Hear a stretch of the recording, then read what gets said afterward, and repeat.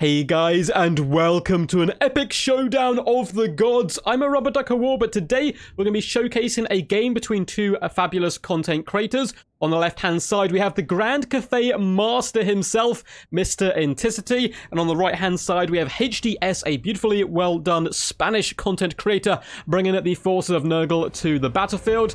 And it should be a good, fun game. This is a really interesting matchup. I've seen a lot of players do really well here for Cathay, utilizing their yin and yang kind of style of play. Load of cheap infantry in the front, backed up by archers, and you obliterate the Nurgle from long range. However, Inticity is going to be starting with his famous double Terracotta Sentinels and Miao Ying starting force. This is something he's practiced quite a bit to really good effect. So we have the double Terracottas, which are incredibly tanky. Now, they are a bit cumbersome. They're relatively fast, though, for large single entities. 100 armor and unbreakable is a beautiful combo with the Dragon Queen herself, or Dragon Princess, I suppose, as she is the daughter of the mighty Emperor. She's coming in with quite a few useful abilities. We do have the Wrath of the Storm. It does imbue magical attacks, melee attack, and an immune to psychology, which is really quite powerful.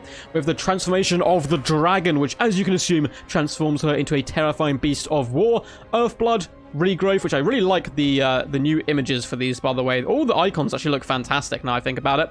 And Talons of the Night, which is a relatively cost-effective vortex. It's only 14 winds of magic, and it does disgusting damage. It is also rather beautiful to look at. We have triple Peasant Long Spearmen as well. Relatively cheap and cheerful. There's a lot of them, and they do saturate well amongst the Terracotta Sentinels, though this can certainly be abused by mobile factions who just simply ignore the Terracottas and go to the flanks. But I think it's going to be very popular up against the forces of Nurglers. As we can see from the Nurgle, they're not particularly fast, so we do have some mobile elements. Leading the battle charge is a Soul Grinder. Each of the Soul Grinders for the different demonic factions have a different specialty. The Soul Grinder for Nurgle is anti-infantry range. It can really whip down enemy crossbowmen from afar, and I think it's why most likely it was brought today to counter the Cathay's crossbowmen, which are really quite nasty.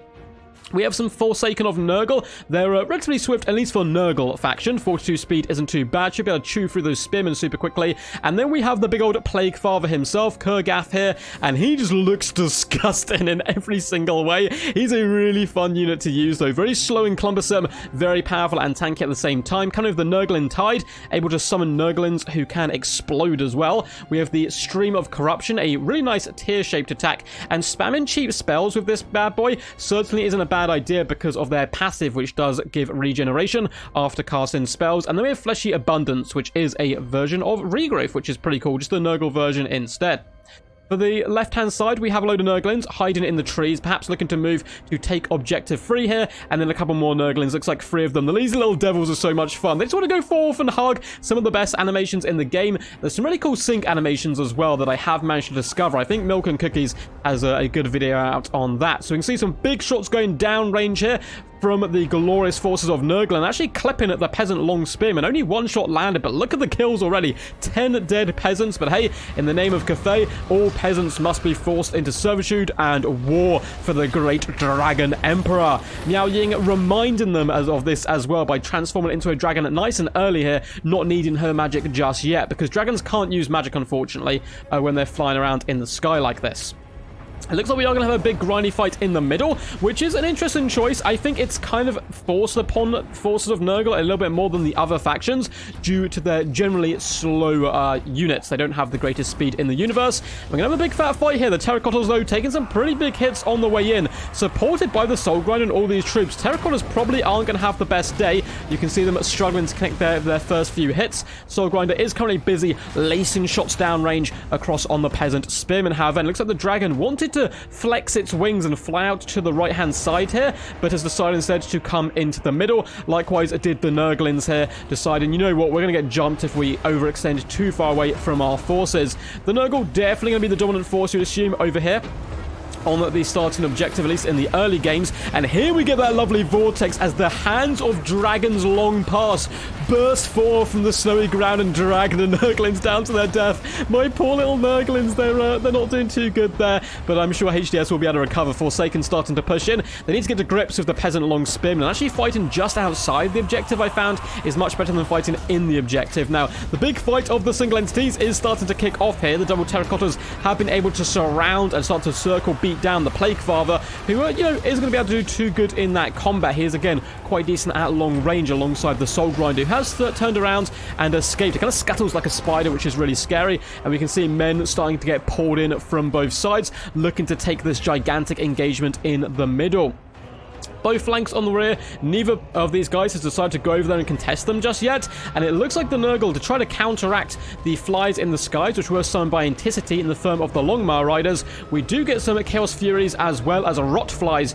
Combined should be okay up against Longmires, but Longmires will devastate Chaos Furies rather quickly. Likewise, we have a Cultist and Nurgle being brought in to try to help deal with these Terracotta Sentinels, and Nurgle in general I have found struggle to deal with large single entities. They're fantastic in infantry grinds, and it looks like we are going to get a big fat hill go down on the Plague Father. There is certainly the potential here just to ignore the Terracottas though. They're going to do a lot of damage, but Nurgle is all about absorbing damage and winning objectives. You can see they have actually gained control of this central objective. Plague Bearers and Nurgle being pushed in to deal with the Spearmen, and they are destroying them quite happily here. Both flanks neither have been capped by either player, which is really interesting. Normally you see both guys kind of whip around the flanks a little bit. Both of them are so convinced that this main fight is going to be the way forward. Looks like Nurgle are winning it at the moment. All these peasants getting devastated, and though they have the single entity advantage, the Plague Bearers and Nurglings are really starting to make their numbers felt. Spearmen trying to hold them back, keeping them at arm's range with the spears, which is certainly rather wise with so much plague and pestilence on their breath. They're trying to keep them back, but I don't think it's going to go too well for them there, unfortunately. Plague Father basically full health after using that regrowth. We do have the Rot Flies who have swooped down. They have decent armor piercing, so perhaps that's the thinking behind counteracting at the Terracotta Sentinels. Big punch attempting to come in by the Soul Grinder, and he gets slapped out of the sky by the Terracotta. Some pretty cool animations coming in there. Cultist and Nurgle as well hits pretty hard, so I like that pick going after single entities. Miao Ying has transformed back into human form, but remember, she is a dragon in human form, so she's certainly not squishy whatsoever, even as a human, although far more squishy than when she is a dragon. Big fight in the middle is starting to bubble. You can see streams of Jade Warriors being poured in here. Anticity does like to gold shovel them up, basically makes them long beards in terms of durability. We have some peasant archers in here, and I like this play a lot coming in. They're getting the harmony of the yin and yang right now because they're fighting alongside the spearmen, which is going to be bolstering their stats here. So if you have a little look, they are going to be gaining some pretty decent stuff. Extra reload skill and extra leadership. That reload skill certainly going to help out. It seems like they may also be starting to focus down at some of the larger threats of Nurgle. If you can get your archers just behind your front line, long range in this game mode can be devastating to the enemy, particularly if they can't get back there. Now, big single entities, all of them very durable, all very tanky. We're about to see a big fat regrowth as well, or the fleshy abundance, I should say, go down on the Soul Grinder to keep it in action. So the single entities, honestly, do decent damage, but it's really about the infantry in this main fight.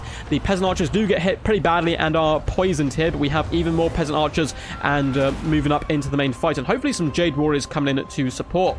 Left-hand side has been captured by the forces of Cathay. Longbow Rider's been used really well here. I love this play from Anticity. You use them to hunt down units and stop them getting on objectives. You don't have to win the fight against the Nurglings, particularly in the forest. It wouldn't be a good fight for the Longmire Riders.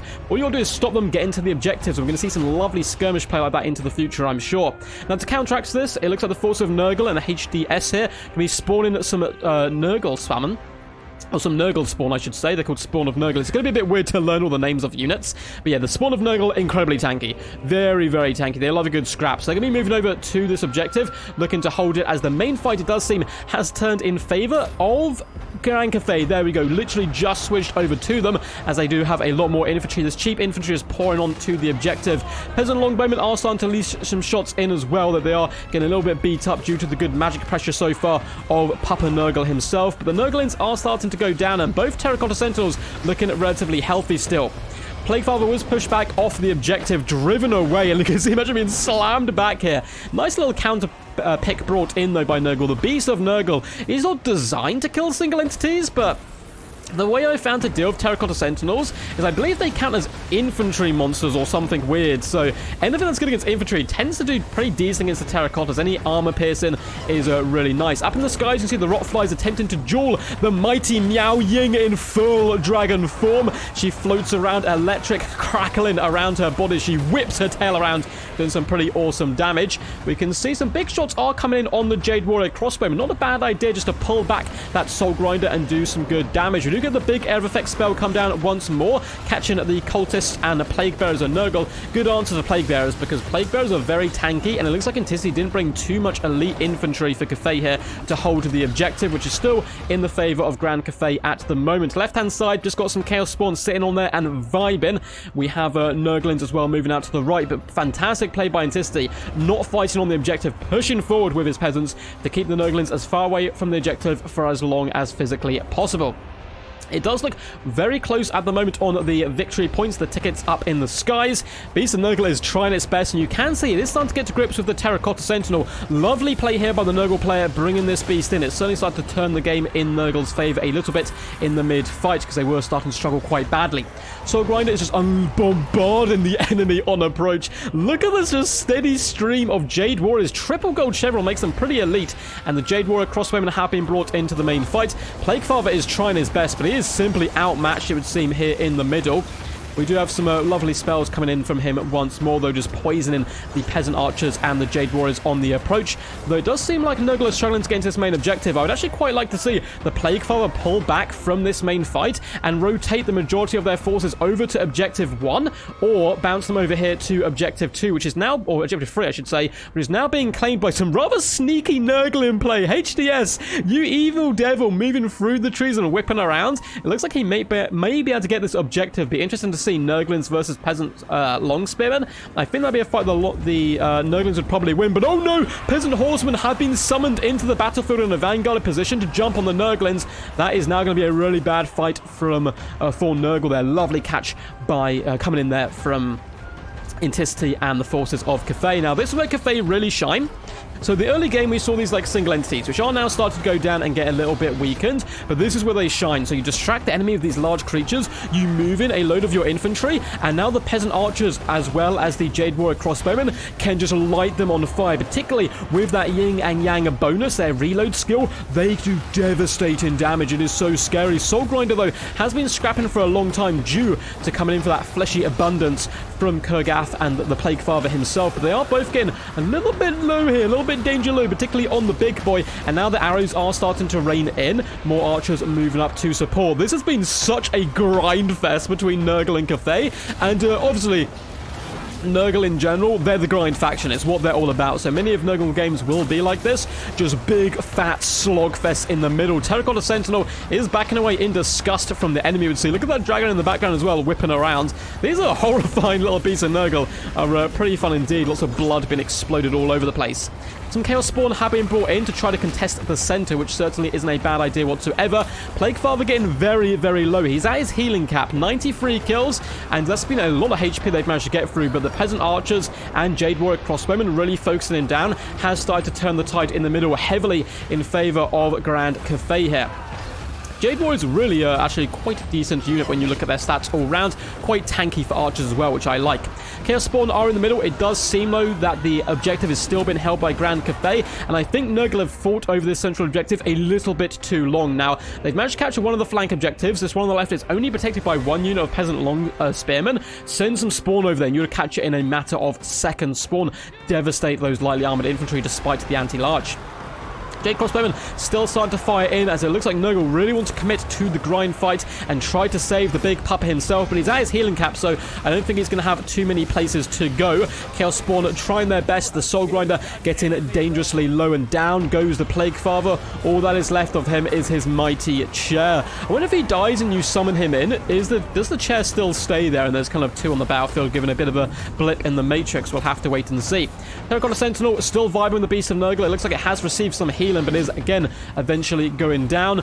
For Plague Bearers dueling at the moment with Peasant Long Spearmen here, and the objective though still in Grand Cathay's favour. They've got simply too many Jade Warriors here, and it looks like it is really taking quite a big toll on the forces of Nurgle. That far objective is also in their control. This one though, we just need to see some infantry here. It's not being protected. The Longmar Riders saw to that, but they are flies, so they can't capture objectives. Jade Warriors need to just move over, and it could be a free cap, which would be devastatingly bad for the forces of Nurgle here. Have committed so much to the center fight. Look at the bodies. This has just been an absolute mess of a fight, and I love it. I think the previous two battlecasts I did kind of showcase you don't have to do this. You can split your opponent's force, but this is what happens when you get Nurgle on the field and they just go for that glorious grind. A couple of Plague Bearers are being brought in. Peasant Horsemen, though, being used to keep them as far away from the objective as possible. They can't win this fight. They does slow down the already slow Nurgle, and just try to tick those tickets over as quickly as possible in favour of Cathay, because they've got a dominant lead now, 4,000 tickets to 2,500, and the Terracotta Sentinels still going strong at the moment. We do have some Forsaken being summoned down on the far side. That's a nice counter to those Jade Warriors. Should be able to get in there and do some decent damage to them. And there is pressure coming in on the right. Once again, the sneaky Nurgling play of HDS coming into action. The Peasant Long Spearmen getting poisoned is not going to be too good for their health. And they're trying to poke the little Nurglings, but they just love them. Hey, give us a hug, whip around, jump around, and get down. So it looks like this objective will be switching into Nurgle. So that's actually going to change it, I believe, to a 2 victory point condition lead for Nurgle, currently over Cathay. But they need the free cap because Cathay is so close. So it is now all in on the middle. Can the Plague Bearers do it in time? Can they push in here and claim victory? Because it does look like Cathay, they don't have that many elite troops left on the field. Some of their Sentinels, I think, have even gone down here. Oh no, it looks like they are actually both fine. They're getting very low HP-wise. Miao Ying as well, looking a little bit worse. Where down to about half HP there on the right hand side.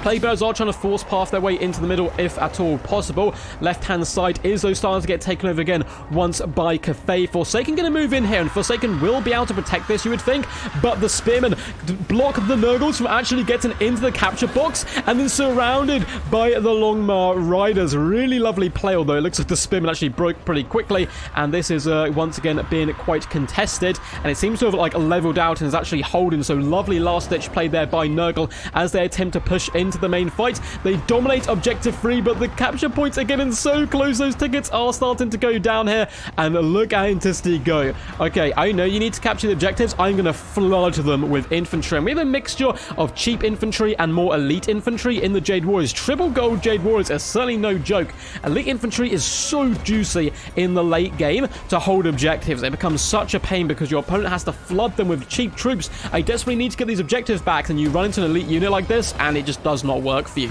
Miao Ying comes in, spinning, whipping around, using the electric born from her blood dragon rage, slamming into the Nurglings and forcing them back in. Some big karate chops coming in from the Terracotta Sentinels to end the game. Really good game between two players. It's really back and forth to start with. Could Nurgle cling on? And then became a dominant victory in the latter stages. Cathay really ran away with it at the end there. My god, this model is cool. I've just noticed the shoulder blades as well. Yeah, Terracotta Sentinels, pain in the butt, but particularly for Nurgle. If you've seen my previous replays, I've seen a lot of people complain about Terracottas. They're really not like OP or anything. They're very solid and very good, but Intisity is the best Grand Cathay player. I would think everyone would be having me saying that by quite a bit at the moment, and it's kind of the meta he's designed, so you've got to expect him to be pretty good at it. Well played, though, to both players, HDS as well as Intisity, both fantastic content creators. Make sure to go check them out. HDS is good if you're a Spanish speaker, I assume, or native in Spain.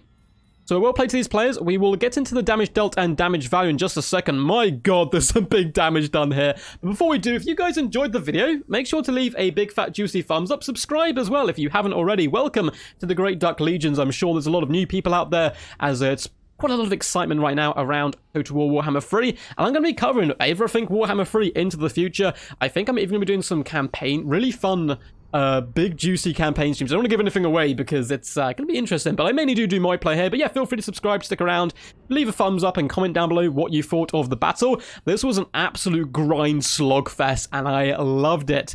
Feel free as well to check out the description. Loads of links, Discord, Patreon, Twitch, where I've really not done Twitch in quite some time. But when this game drops, I'm going to be going ham on Twitch with a new series, which is only going to be featured on there, which is basically me grinding out the ranked match, and then I'll edit it down to kind of highlights for YouTube, which should be some good fun. So make sure to stick around and hang out for that kind of stuff.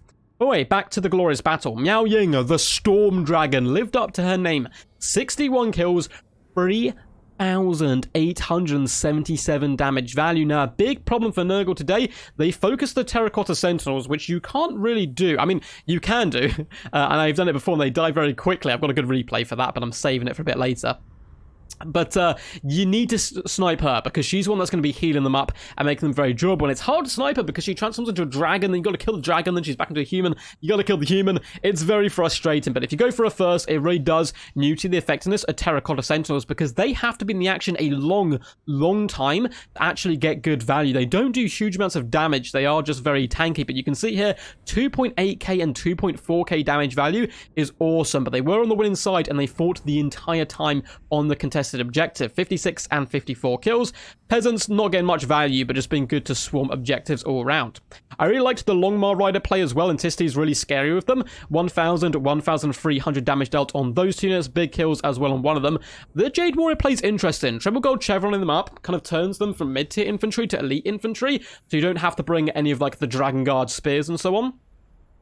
And it does give them good holding potential. So 640, 560, 400, and 200 damage value. Not the best on them. Now, the range is going to be very interesting. So the Jade Warrior Crossbowman, 20 kills, 830 damage value. 1,600 value on a unit of Jade Warriors is great value. 52 kills on them. The Peasant Archers as well, who are disgustingly cheap. 1.4k value, 680 and 157. Yeah, range is actually really devastating in this game mode. Shooting onto people camping objectives is a viable tactic. Also, Zinch's are really nasty with it, but I love to see this play, like pinning the enemy early on, distract them with large entities, and then you bring in like these guys who actually bring the pain and be really cheap and cost effective. Peasant Horseman didn't do too much, unfortunately, just was there to really capture objectives. As for a Kugarth Plague Father, 108 kills is nice. 2.5k value, certainly not bad, considering he was very outnumbered in that fight for a very long time up against those really scary entities.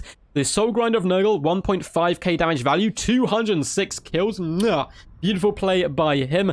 Forsaken, 500 value. Nurglings, not getting too much, in the low hundreds. Again, not a big damage dealers. You're almost always not going to do as much damage as the enemy is Nurgle. It's all about kind of enduring and capturing objectives, which does my only concern with Nurgle.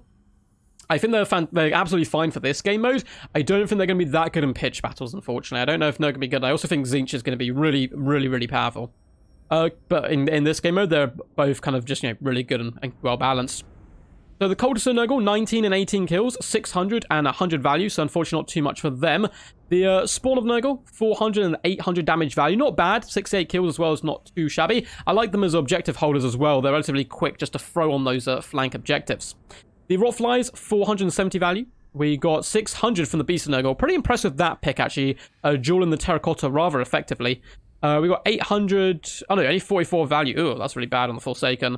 Yeah, the Forsaken did not fare well. 680 on the Plague Bearers of Nurgle with 114 kills. Any other standouts? Doesn't look like it. So well played to both these lads. Hope you guys enjoyed. And until next time, peace. And as always, stay awesome.